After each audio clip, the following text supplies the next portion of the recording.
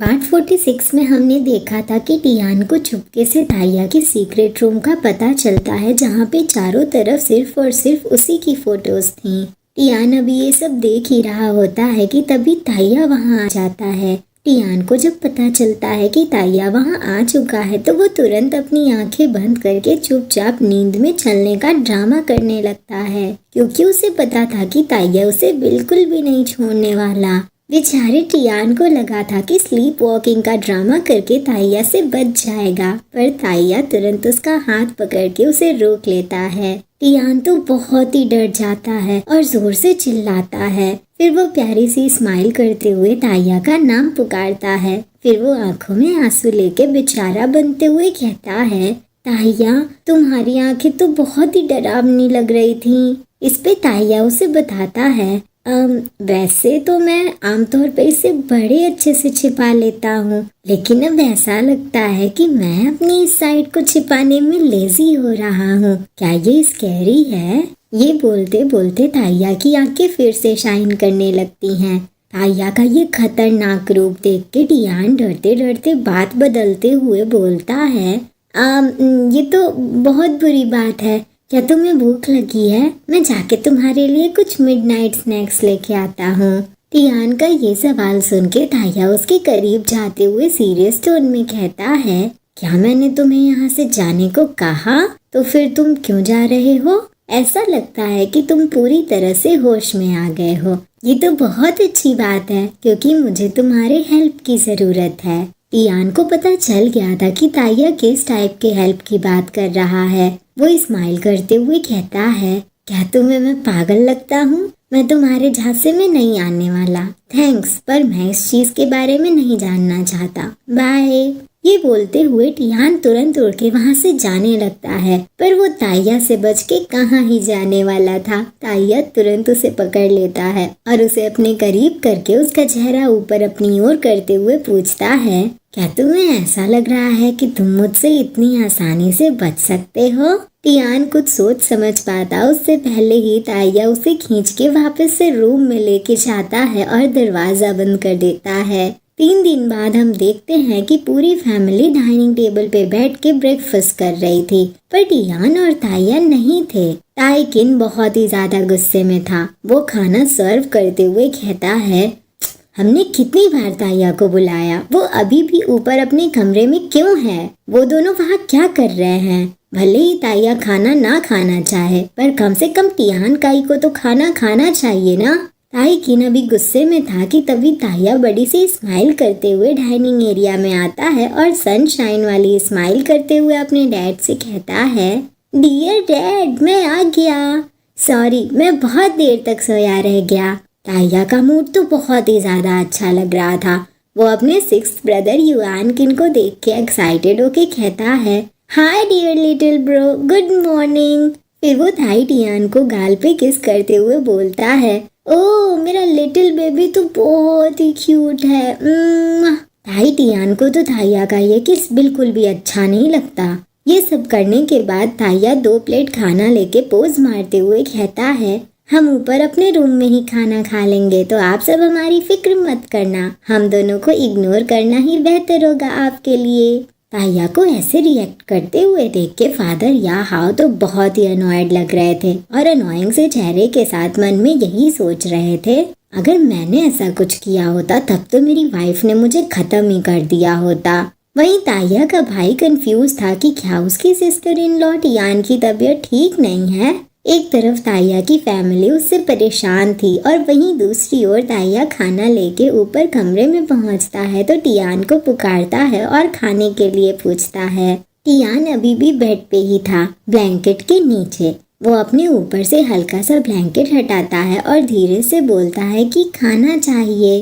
Tian की body तो इतनी वीक हो गई थी कि पूछो ही मत, वो तो पूरी तरह से सूख चुका था। गाइस, मुझे तो टियान के लिए बहुत बुरा लग रहा है। अब आप ही देखो, ये है ताइया की कंडीशन और ये है टियान की हालत। बेचारा कितना वीक लग रहा है। ताइया ने उसे 3 दिन तक अकेला ही नहीं छोड़ा।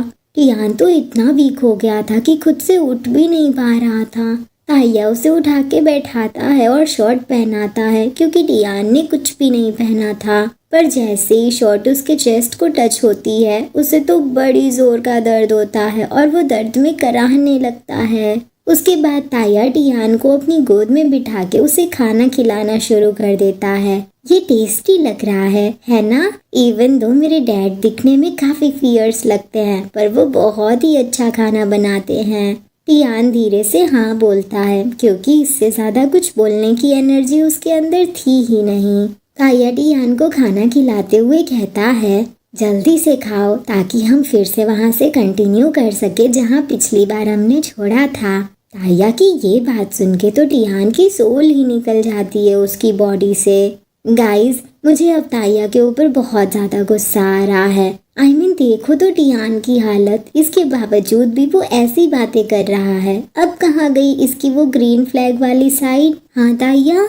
एक तरफ ताया के रूम में ये सारी बातें चल रही थी और वहीं दूसरी ओर डैड ताई किन को टियान के कमरे से बाहर ना आने के रीजन का अंदाजा हो गया था और वो किचन में जाके कुछ बनाते हुए कहते हैं, आई थिंक मुझे अपने डॉटर इन लॉ के लिए थोड़ा सूप बनाना चाहिए। एक एंजल के साथ सोना तो बहुत ही मुश्किल है और मुझे ये फीलिंग अच्छे से पता है। थैंक गॉड, एटलीस्ट किसी को तो टियान की फिक्र है, वरना ताया तो बस अपने अरमान पूरे करने में लगा है। थोड़ी देर बाद हम देखते हैं कि टियान डाइनिंग टेबल पे बैठ के खाना खा रहा था, या फिर यूं कहा जाए कि वो खुद को चार्ज कर रहा था। उसने ऑलरेडी 9 कटोरी खाना खत्म कर दिया था और अब वो 10वीं कटोरी पे था।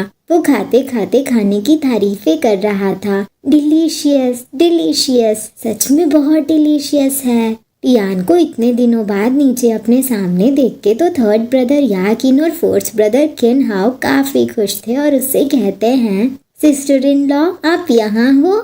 सिस्टर इन लॉ आप कैसे हो? टियान को तो इतना एम्बैरेसिंग फील हो रहा था कि पूछो ही मत। वो तो बस कहीं छिपना चाहता था। फिर भी वो ऑकवर्ड सा चेहरा बना के बोलता है, तुम्हारी फिक्र के लिए शुक्रिया, अब मैं ठीक हूँ। इस पे किन हाओ कहता है, मैंने बड़े भाई से सुना कि आप काफी टायर्ड हो गए थे। वेल, ये सब कुछ मेरे बड़े भाई की ही गलती है कि आप इतने थक गए थे। तभी याकिन बोलता है, आप सच में मेरे बड़े भाई के साथ रहने के लायक हो, आप तो बहुत ही स्ट्रांग हो।